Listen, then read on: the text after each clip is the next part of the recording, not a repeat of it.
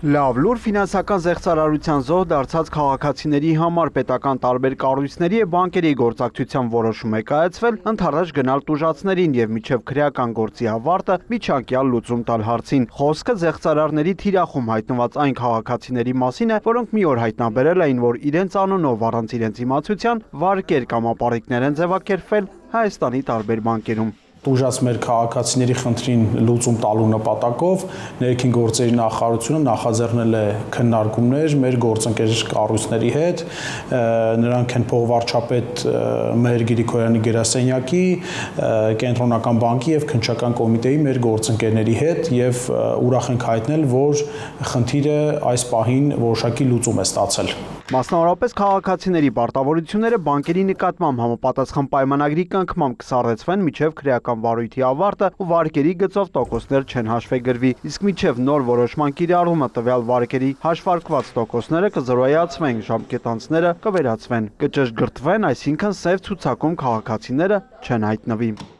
Այն գումարները, որոնք որ սպառողների հաշիվներից ելքագրվել այս 3 բանկերի մասով, իրանք հետ են վերադարձվելու հաճախորդների հաշվին,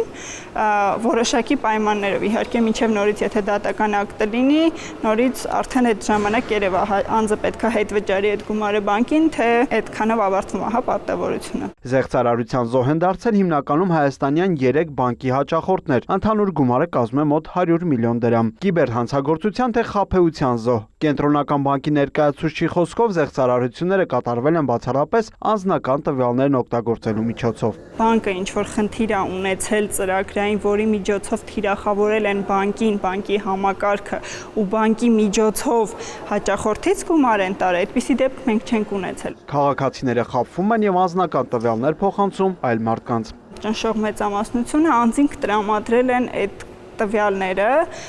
զեղծարարներին, այսինքն զեղծարարը խաբել է անձին, ինչ որ պատմություն է, հորինել ասել է, ենթադրենք, կամ հարցում եք անցնում, կամ գումար կստանաք հավելյալ եւ այլն,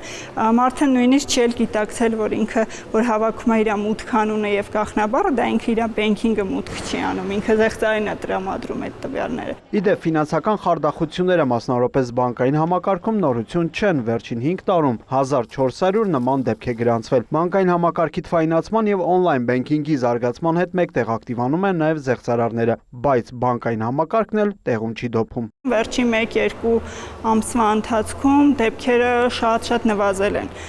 այսպես ասեմ, գրեթե 0-ի են, հավասարվել։ Որ զեղծարարության դեպքերը նվազել են, փաստում են վիճակագրական տվյալները։ Եթե այս տարվա մարտ ամսին ուրեմն գրանցվել է 85 դեպք, ապա ապրիլին գրանցվել է 52, իսկ մայիսից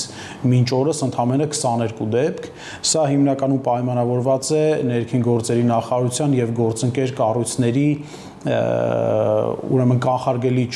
գործողությունների հետ։ Ֆինանսական խարդախության դեպքերը կանխարգելելու նպատակով բանկերը խստացրել են վարկավորման պայմանները։ Բանկերը շատ ավելի են խստացրել իրենց համակարգերը, գուցե մի քիչ հաճախորդներին հարմարավետության խնդիրներ առաջացնելով, բայց ամեն դեպքում